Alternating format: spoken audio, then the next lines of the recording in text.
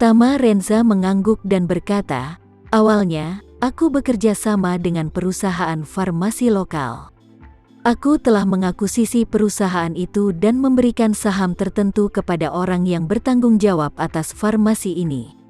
Kemudian aku mengintegrasikan Kobayashi Pharmaceuticals dari Jepang, sehingga kapasitas produksinya juga meningkat pesat. Aku yakin BW Powder akan segera mencakup pasar global. Saat itu, untung ratusan miliar dolar setahun sebenarnya bukan masalah. Luar biasa, Erik Hartono berkata dengan serius. Senjata ajaib terbesar dari sebuah perusahaan farmasi adalah obat yang bagus. Perusahaan farmasi top dunia memiliki pendapatan tahunan ratusan miliar dolar, yang setara dengan beberapa triliun rupiah. Tetapi laba bersih mereka umumnya tidak terlalu tinggi, karena biaya penelitian dan pengembangan sangat besar, dan biaya penelitian dan pengembangan obat dapat dengan mudah mencapai miliaran atau bahkan puluhan miliar dolar. Apakah biaya penelitian dan pengembangan BW Powdermu sangat tinggi? Tama Renza menggelengkan kepalanya. Biaya penelitian dan pengembangan BW Powder tidak tinggi, jadi perusahaanku, dalam hal margin laba, akan lebih besar daripada perusahaan farmasi lain. Erik Hartono tidak dapat menahan diri untuk tidak mengacungkan jempol dan mendesah, ini benar-benar luar biasa. Lihatlah, dengan cara ini, kamu dapat membuat peta bisnismu sendiri dalam beberapa tahun. Masa depan tidak terbatas. Saat dia berkata, dia mendesah tak berdaya, dan berkata, sejujurnya, sekarang adalah kesempatan bagus bagimu untuk memotong transportasi laut. Pasar telah melepaskan bagian yang begitu besar, dan kamu tidak kekurangan arus kas. Cepat bangun armada transportasi yang besar, lalu dengan cepat memajukan bisnis terkait. Sangat disayangkan bahwa aku tidak dapat melanggar sumpahku untuk membantumu, dan Departemen Universitas juga menaruh harapan yang tinggi kepadaku. Aku berharap dapat mengambil jurusan manajemen ekonomi di universitas ke level tertinggi di negara ini. Aku benar-benar ingin para tetua kampung halaman memberikan kontribusi jangka panjang, dan berharap untuk menumbuhkan lebih banyak bakat luar biasa untuk masa depan. Tama Renza mengangguk cepat dan berkata, Profesor Erik, aku mengerti apa yang kamu katakan. Sebaliknya, pekerjaanmu saat ini lebih memiliki nilai sosial dan signifikansi sosial. Aku secara pribadi memahaminya. Erik Hartono terdiam beberapa saat, lalu tiba-tiba teringat sesuatu, dan berkata dengan semangat, Tama Renza, jika kamu tidak keberatan, biarkan putriku membantumu. Putrimu? Tama Renza sedikit terkejut sekaligus.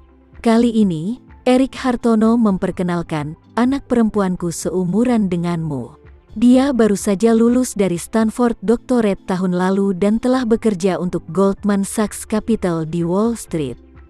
Dia sedikit memberontak. Dia tidak mendengarkan apapun yang aku katakan. Tama Renza tidak bisa menahan diri untuk bertanya kepadanya, Profesor Erik, jika aku ingin bekerja sama dengan putrimu, bisakah dia setuju? Erik Hartono buru-buru berkata, aku akan membujuknya. Momentum perkembangan ekonomi di Indonesia saat ini sangat bagus, dan jauh lebih kuat daripada di Amerika Serikat dan Eropa. Dari segi potensi pembangunan pasti jauh lebih baik dari luar negeri. Jika hatinya tergerak, tapi dia sedikit gugup denganku, jadi mulutku sangat kaku. Aku pikir jika kamu berbicara dengannya, dia harus setuju. Dengan itu, Erik Hartono buru-buru menambahkan, putriku tidak berani mengatakan bahwa dia jenius, tetapi dia memang sangat spiritual dalam keuangan dan manajemen. Jika kamu dapat meyakinkan dia untuk membantumu, maka aku dapat membantu di belakang.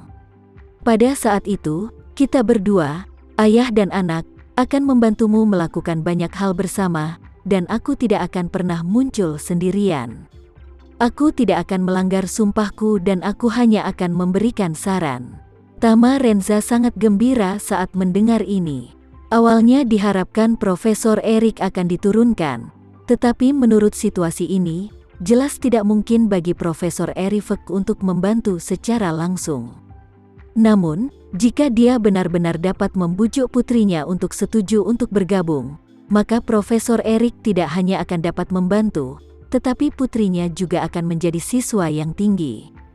Cara melihatnya adalah hal yang sangat hemat biaya. Jadi Tamarenza buru-buru bertanya kepadanya, "Profesor Erik, aku ingin tahu di mana putrimu sekarang?" Erik menghela nafas dan berkata, "Dia sekarang di Suriah." "Suriah?" Tamarenza berseru, dan berseru, "Aku mendengar bahwa tempat itu bergolak sepanjang hari. Mengapa dia lari ke sana sebagai seorang gadis tanpa masalah?"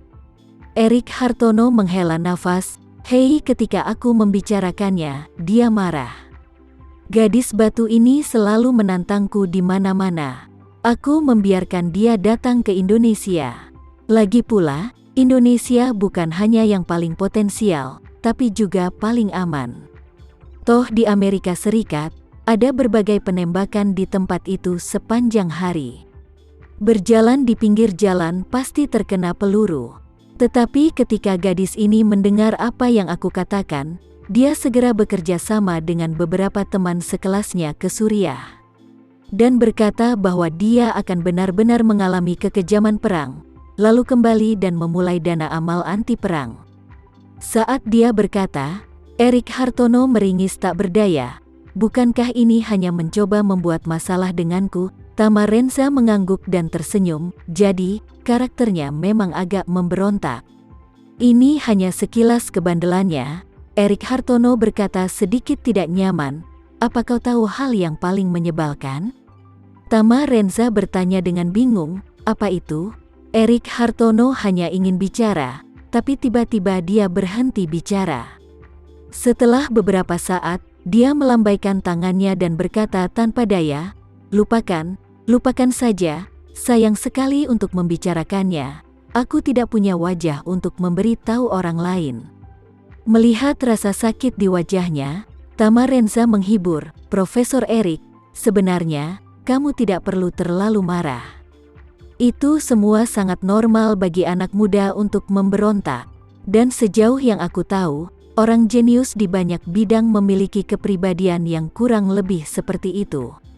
Beberapa memberontak, mungkin semakin seperti anak kecil, semakin kuat pemikiran mandiri, semakin mampu melakukan beberapa hal besar yang menghancurkan dunia." Erik Hartono tiba-tiba menutupi dadanya dan berkata dengan marah, "Kamu tidak tahu betapa memberontaknya gadis batu ini.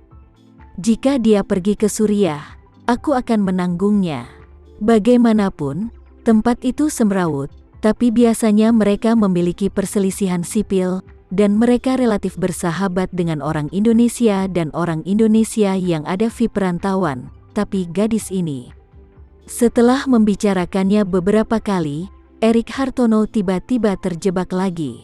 Dia tersipu dan menjadi marah padanya untuk waktu yang lama sebelum dia menghela nafas dan berkata dengan cemberut, "Gadis batu ini, aku memberitahunya tahun sebelumnya.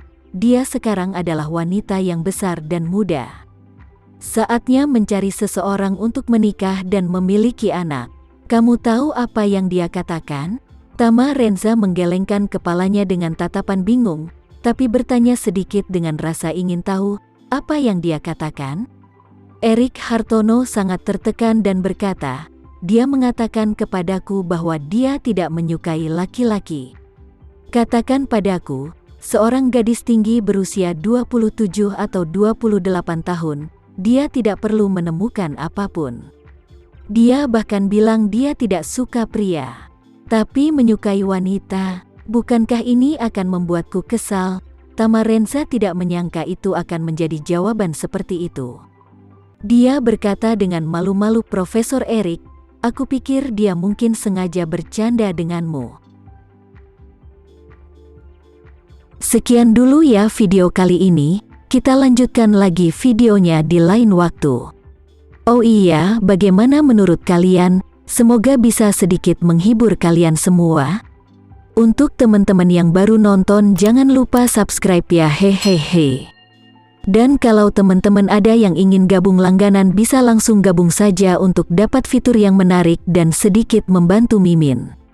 Terima kasih banyak sudah menonton, sampai jumpa lagi, bye.